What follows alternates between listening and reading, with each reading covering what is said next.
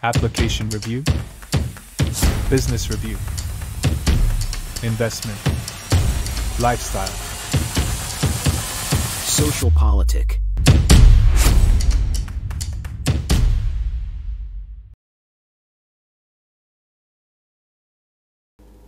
Halo Bapak Ibu, saudara-saudari sekalian, lovers and haters, salam cerdas Indonesiaku. Jumpa lagi kita pada kesempatan kali ini.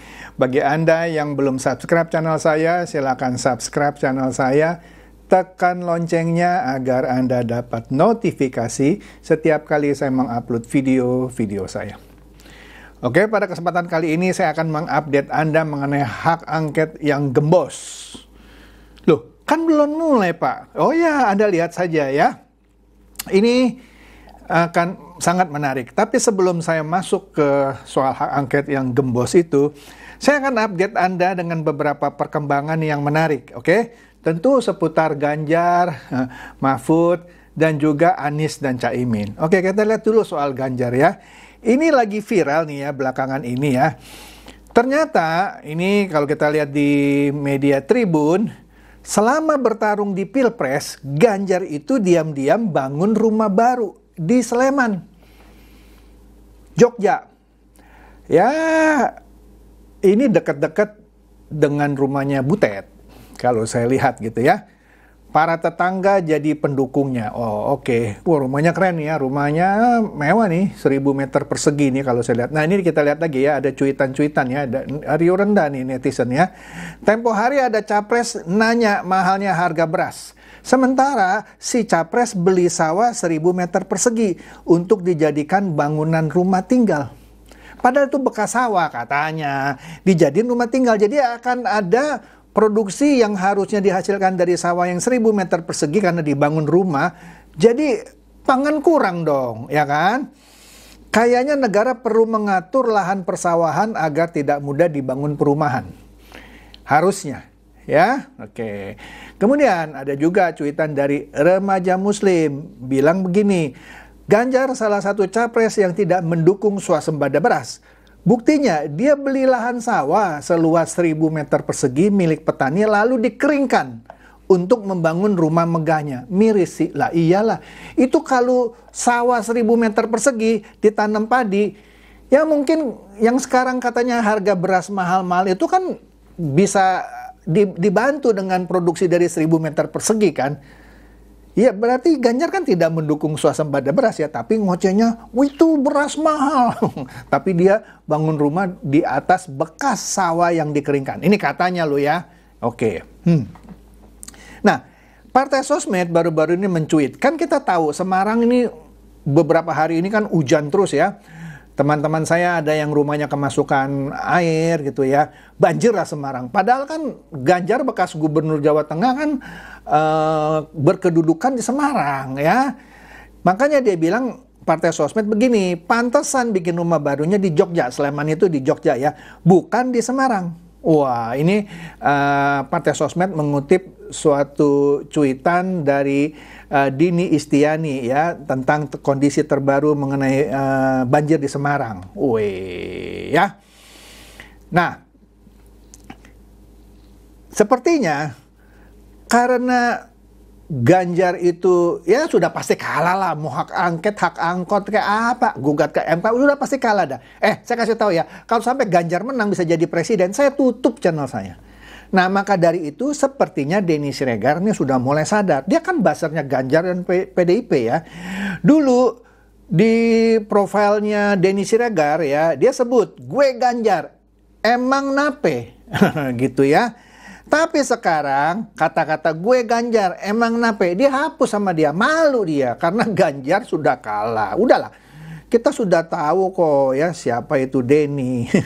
Nah, kita lihat lagi. Ini Kompas.com ya mengutip ucapan Pak Mahfud. Pak Mahfud bilang begini, persis yang dikatakan Pak Yusuf Kalla. Besok orang mau jadi calon gak usah pakai pemilu aja. Dia bilang, yang punya uang, yang punya hubungan dengan kekuasaan aja langsung.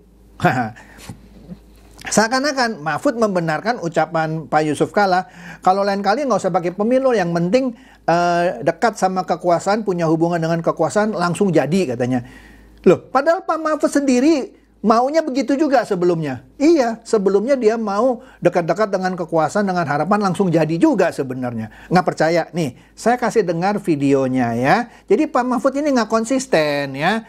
Sebenarnya dia ngomongin dirinya sendiri, yang sebenarnya dia mau langsung jadi cawapres karena menganggap akan didukung sama Jokowi. Yuk kita dengerin videonya ya. Ini gini loh, Bang Karni. Ketika saya diminta menjadi calon wakil presiden itu, kan nama pasangan Pak Prabowo belum muncul. Di dalam pikiran saya, Pak Joko Widodo itu akan tetap bersama Mas Ganjar. Sehingga saya, wah ini enak nih, kalau Mas Ganjar langsung jadi ini gitu kan. Nah, ternyata 5 hari kemudian yang muncul namanya Gibran gitu. Lalu konfigurasi berubah, tapi tidak apa-apa, itu politik. Ya kan, dia ngaku sendiri bahwa dia mau jadi cawapres, mau langsung jadi karena bukan dekat, karena dia menganggap Pak Jokowi akan dukung Ganjar. Loh, padahal tadi dia kan mengkritisi gitu, lain kali kalau mau jadi ini nggak usah pakai pemilu aja. Kan nggak konsisten ya. Anda nilai sendiri lah, seorang Mahfud MD begini ternyata. Lanjut, nah ini kita sekarang ngomongin soal Anies ya. Dia bilang, kan dia sudah kalah juga ya. Anda tambahkanlah Anies yang sekitar 25-an dengan Ganjar yang sekitar 16-an. Tambah dah tuh, 25-an tambah 16. Tetap kalah sama 58% yang didapat oleh Prabowo Gibran. Oke, sekarang TV One News ya, dia memberitakan suatu berita lah. Yang dikatakan di sini ketika Anies ditanya apakah siap jadi oposisi, Anies berharap ada mujizat untuk putaran kedua Pilpres 2024. Pret lah. Burhanuddin Muhtadi kan bilang, Anies ini bekas bosnya dulu di salah satu lembaga survei. Anies ini ngerti apa itu survei, apa itu quick count. Kalau kalah, kalah aja.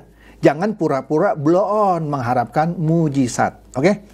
Nah, kemudian ada di Total Politik ya, mungkin dia diwawancara atau gimana ya di podcastnya. Anies tegaskan akan ada di luar pemerintahan jika kalah dalam Pilpres 2024. Udah pasti lo kalah lah. Udah pasti lo kalah. Kemudian Chavez mencuit, Alhamdulillah katanya ya. Bener ya? Ya bener lah. Siapa yang mau ajak lo ke dalam pemerintahan? Jadi kalau nanti dia benar-benar ada di luar pemerintahannya karena nggak ada yang ngajak gitu. Bukan karena dia bertekad akan ada di luar pemerintahan. Catat itu ya. Oke. Kemudian, nah ini dia nih. Anies dan Imin itu menang di Sumatera Barat. Itu salah satu provinsi di mana dia menang. Ya, seharusnya kalau dia menang di Sumatera Barat karena didukung kan sama penduduk Sumatera Barat. Nah, Sumatera Barat ini ya kan lagi ada musibah dilanda banjir. Mestinya dia menang di Sumatera Barat ya. Dia harus berikan bantuan dong ke mereka ya. Dia tidak memberikan bantuan. Ya mudah-mudahan sebentar lagi dia berikan bantuan. Nah siapa yang memberikan bantuan ke Sumatera Barat? Nah kita lihat ini ya.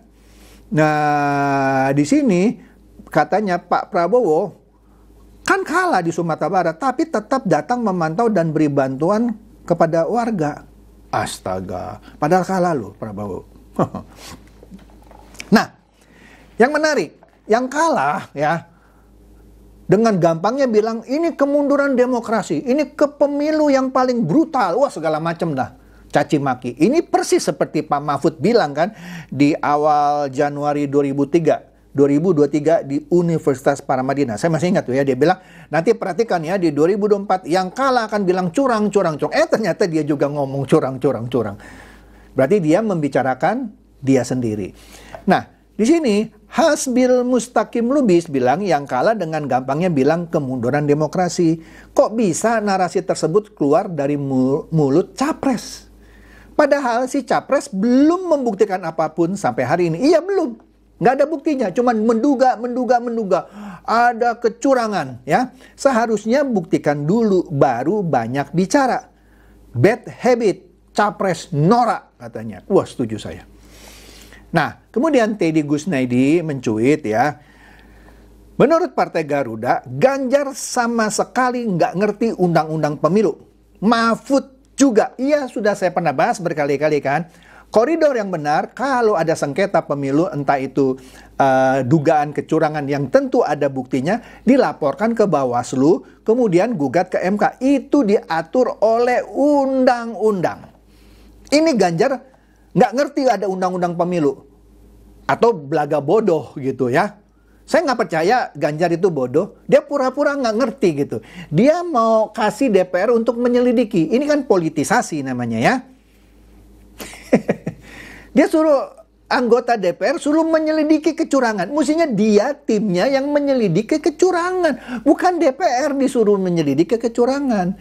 Nanti di anggota DPR kalau ya hak angket ini jalan. Tapi sudah kasih tahu gembos.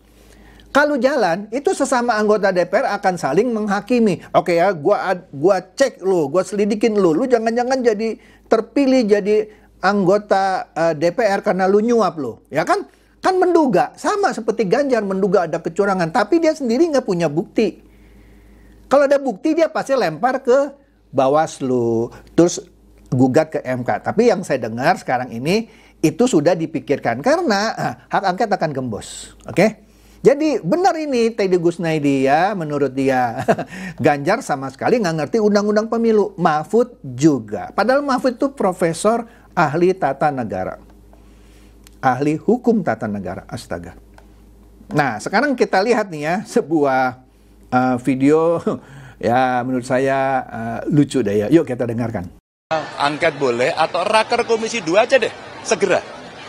Ketika melihat situasi seperti ini, DPR segera raker aja deh. Minimum raker nanti kesimpulannya bisa apakah ke angket, apakah yang lain. Kan yang paling bagus untuk bisa mengklarifikasi semuanya ini, ya sudah, penggunaan hak pengawasan, hak konstitusi dari DPR untuk kemudian membuat penyelidikan itu paling bagus, paling fair. Jadi nggak perlu takut, ini biasa saja kok. Dan pernah terjadi dalam sejarah Indonesia gitu. Dengan cara itu nanti ada data, ada fakta, ada saksi, ada bukti, ada ahli, yang semuanya bisa dibuka dan publik bisa melihat. Nanti coba siap. Ya, jelas ya. Udah kalah ngeyel. Belum jadi presiden sudah nyuruh-nyuruh DPR.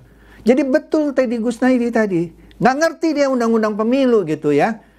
Yang penting itu dulu udah raker-raker dulu. Siapa lu nyuruh-nyuruh DPR? Udah kalah-kalah aja, jangan ngeyel.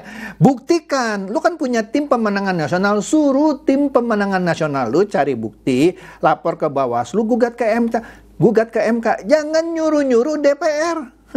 Raker lah, hak angket lah. Selidiki lah, lu yang selidiki bukan DPR harusnya. Makanya benar, nggak ngerti dia undang-undang pemilu. Oke? Nah, jadi di sini ada cuitan dari The Last Dodo.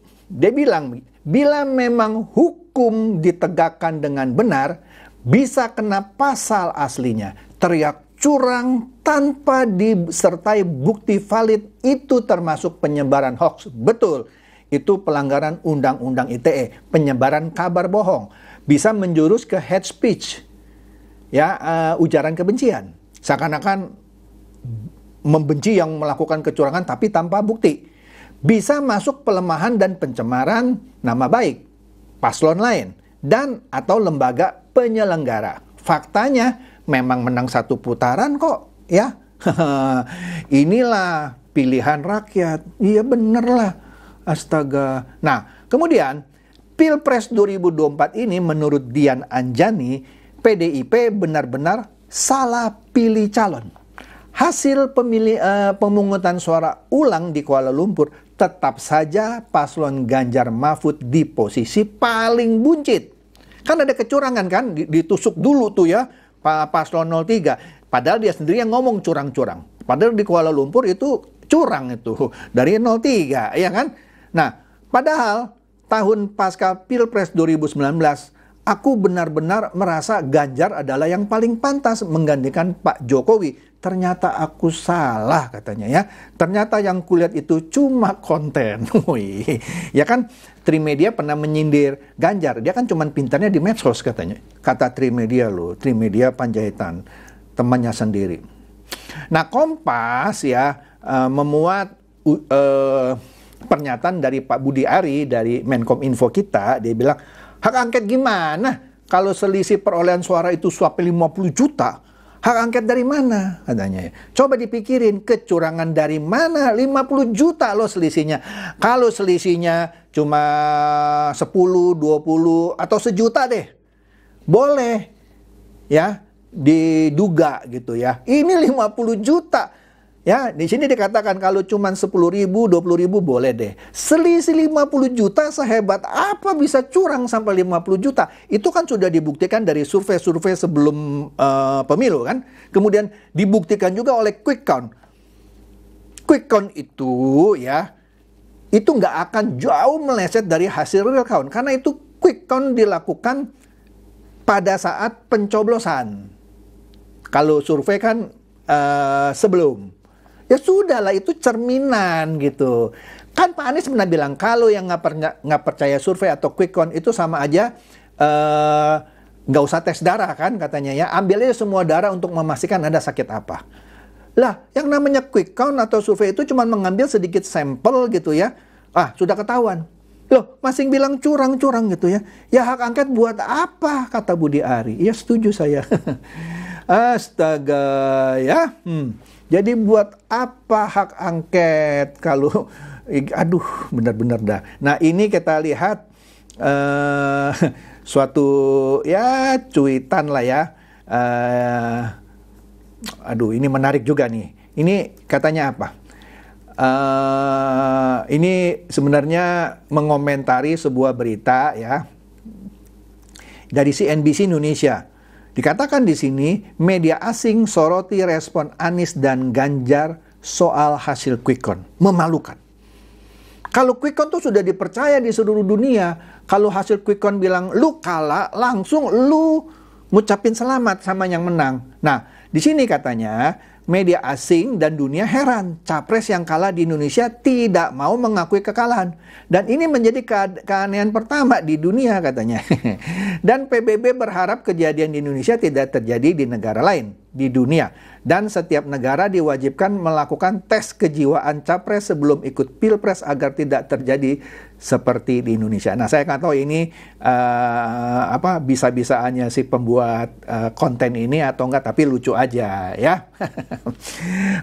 Oke, lanjut.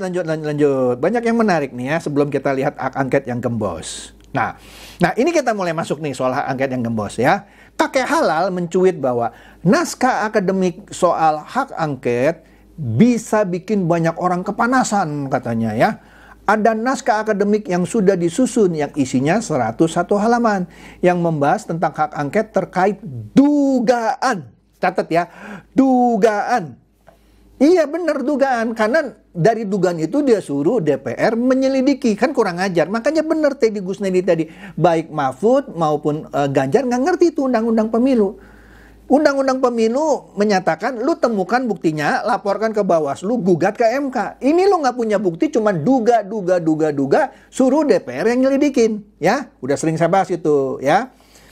Mahfud MD sudah membaca naskah itu dan dia bilang bagus. Woy, malah di sini mengutip CNN dia bilang ada soal bansos. Nah, Mahfud juga nggak ngerti nih soal bansos. Sudah pernah saya bahas ya. Bansos itu bukan hanya bagi-bagi beras, ya, subsidi listrik, kemudian subsidi bahan bakar. Loh, memang kalau orang dikasih subsidi listrik dia pasti pilih 02. Kalau dikasih subsidi bahan bakar minyak, bensin kayak solar kayak, dia pasti pilih 02. Gara-gara pemerintah atau dalam hal ini Jokowi dukung Prabowo. Begitu juga kalau dikasih beras. Apa dengan kasih beras itu langsung orang pasti pilih 02. Pakai otak coy ya. Ada bansos. Wih. Hebat. Nah, Tempo mewawancarai Sekjen PDIP Hasto Kristianto soal hak angket kecurangan pemilu 2024. Bagaimana peluang PDIP menjadi oposisi pemerintahan baru? Wah, Anda baca sendiri ya. Tapi yang menarik di sini, Hasto Kristianto bilang, kami solid. Catat ya, kami solid menyokong hak angket kecurangan pemilu. Padahal tidak solid. Nanti sebentar saya kasih lihat buktinya. Dia bilang solid ya. Oh enggak solid. Lanjut dulu Dani ya.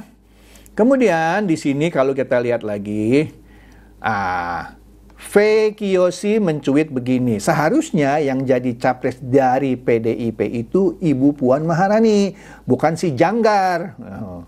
Kan sekarang diplesetin namanya si Janggar. Sifat negarawan sejatinya ada, tidak seperti Janggar, udah kalah kok ngotot ingin menang.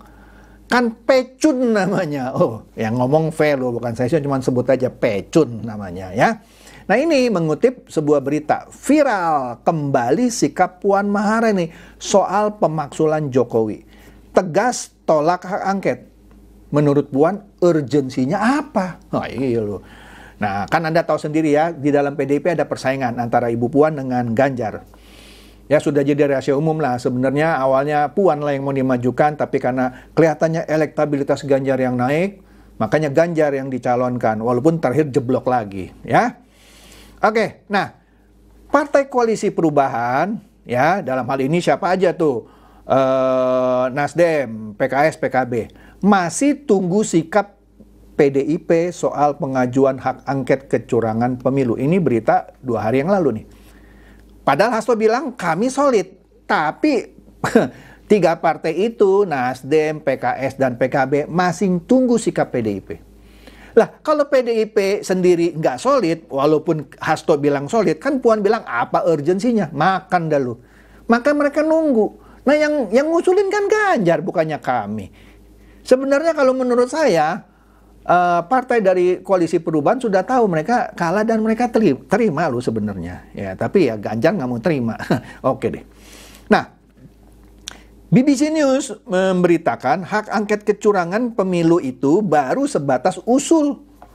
Fraksi penggagas belum solid. Ya, padahal Hasto bilang kami solid. Ternyata fraksi penggagas itu belum solid. Yang mendukung saja masih maju mundur. Baru tahu ya.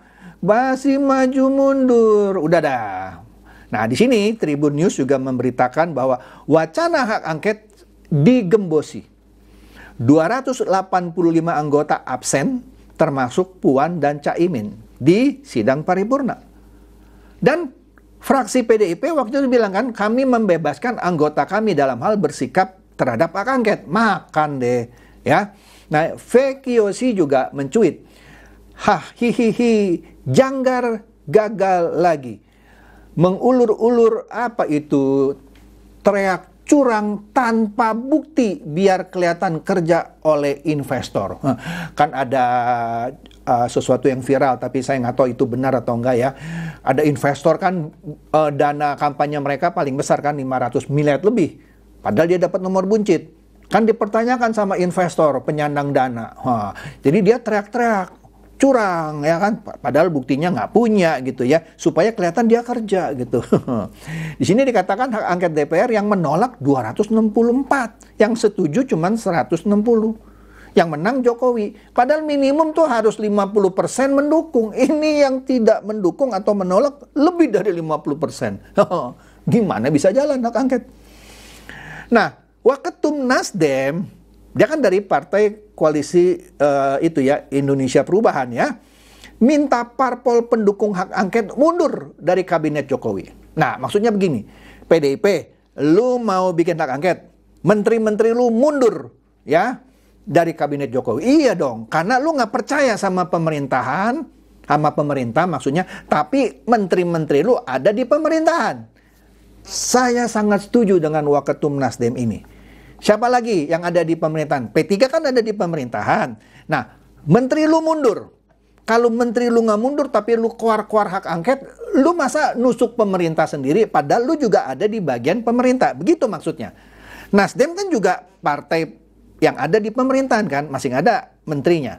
Walaupun ada 2 menteri, yang satu kena korupsi pengadaan BTS, satu lagi di daerah pertanian, Syahrul Yassin Limpo.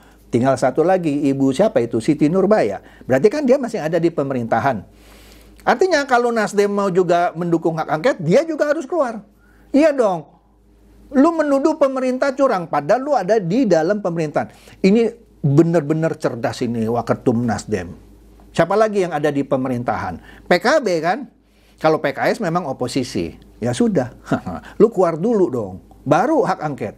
Setuju banget saya ini ternyata orang-orang Nasdem cerdas loh ya. Baru tahu saya. Wah. Apalagi nih yang menarik ya. Itu soal hak angket udah gembos lah. Nah, ini dia nih. Las Dodo mencuit lagi. Dia bilang begini. Total data yang masuk di Realcon itu sudah 98%. Yang nggak percaya quick count ya sudah, Anda lihat segitu. Ya, Ganjar di cuma 16%, 16,30. Prabowo 58,45%. Anies 25,25%. Anies dan Ganjar digabung saja nggak bakal ngalahin 58. Apalagi 16 yang bawel hak angket. Lu berdua gabung aja nggak bisa ngalahin 58. Terus lu nggak percaya quick count. Padahal dua lembaga survei lu, Carta Politika dan SMRC juga mengeluarkan hasil quick count yang bilang lu nomor buncit. Masih lu teriak-teriak curang. Astaga, naga ya. Nah ini ya. Ada siapa yang mencuit tuh ya? Titik Hani Karlina binti Solihin. Woi. Sudah dipersiapkan dari sekarang. Apapun kondisinya, pengumuman kemenangan 02 akan diumumkan oleh KPU. Iyalah, orang sudah menang. Tadi kan sudah lihat kan, suara yang masuk udah 98% lebih. 3 lapis tembok beton dipersiapkan di sekitaran gedung KPU. Apakah ini menandakan bahwa Prabowo akan dipaksakan untuk menang? Nah, inilah orang-orang yang sudah dibutakan oleh kebenaran, ya. Dia percaya gitu sama buzzer-buzzernya Ganjar, buzzer-buzzer PDIP bahwa sebenarnya Prabowo itu sudah di set untuk menang. Astaga, banyak aja. Masih dungu gitu. Aduh.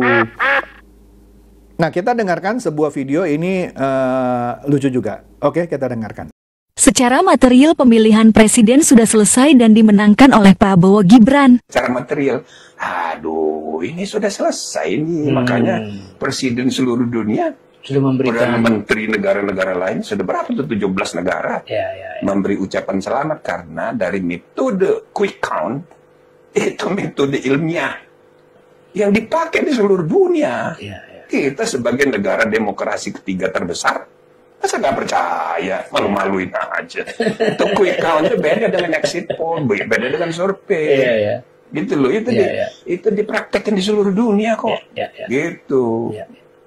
Nah, jadi secara material, begitu sebetulnya. Jadi tergantung elit mau menurunkan tensi gitu ya. Tapi secara formil itu tadi saya bilang memang harus dihormati prosesnya. Sudah selesai pemilu itu. Jangan banyak bawel, curang-curang gitu. Aduh, bikin malu dunia nih ya. Nah, pendukung sebelah jika digabung, yang tadi saya bilang ya, nggak akan melebihi 58% ya. Ya, terus cari celah untuk menyerang dan membunuh karakter Prabowo dan Pak Jokowi. Harga naiklah, pajak naiklah. Pajak naik ternyata sudah dari tahun 2020 disetujui DPR. Harga naik juga karena mekanisme pasar. Sebut harga apa sih yang nggak naik pada momen tertentu Ramadan, Lebaran Natal, atau Tahun Baru? Naiklah ya. Yang turun cuman martabat para capres yang siap menang, nggak siap kalah. Dengan memprovokasi pendukungnya untuk selalu ribut dengan menunggangi momen untuk mendiskreditkan pemerintah. Iyalah, terbukti ya. Nah, ini daripada guru-guru besar, dosen-dosen itu ya, menggugat pemerintah ini tidak demokratis. Nih, lu gugat itu ya. Rancangan undang-undang perampasan aset yang nggak pernah digolkan, yang terus dibekap yang saya bilang oleh PDI Perjuangan. Gugat dong, jangan bilang gini-gini. Ini kok lu diem-diem aja? Kalau benar-benar dosen guru besar gitu ya, concern sama negara ini, gugat ini dong. Ini surat edaran dari Pak Presiden sudah dari lama ini ya. Pak Mahfudnya juga ngemis-ngemis kan di DPR pada waktu itu ya. Ini dari Mei 2023 gitu ya. Pak Jokowi minta, Anda lihat suratnya, sifatnya sangat segera ya kepada DPR untuk membahas RUU perampasan aset. Nah, kok ini kagak disikapi oleh para dosen dan guru besar? Kepentingannya apa? Berarti kan para dosen dan guru besar tidak pro sama rakyat. Oke? Jadi, itu saja dari saya. Semoga ini mencerdaskan dan mencerahkan Anda semua. Silakan share video saya ini kepada teman-teman, sahabat, atau kerabat supaya mereka tambah cerdas dan tercerahkan. Seperti biasa, terima kasih.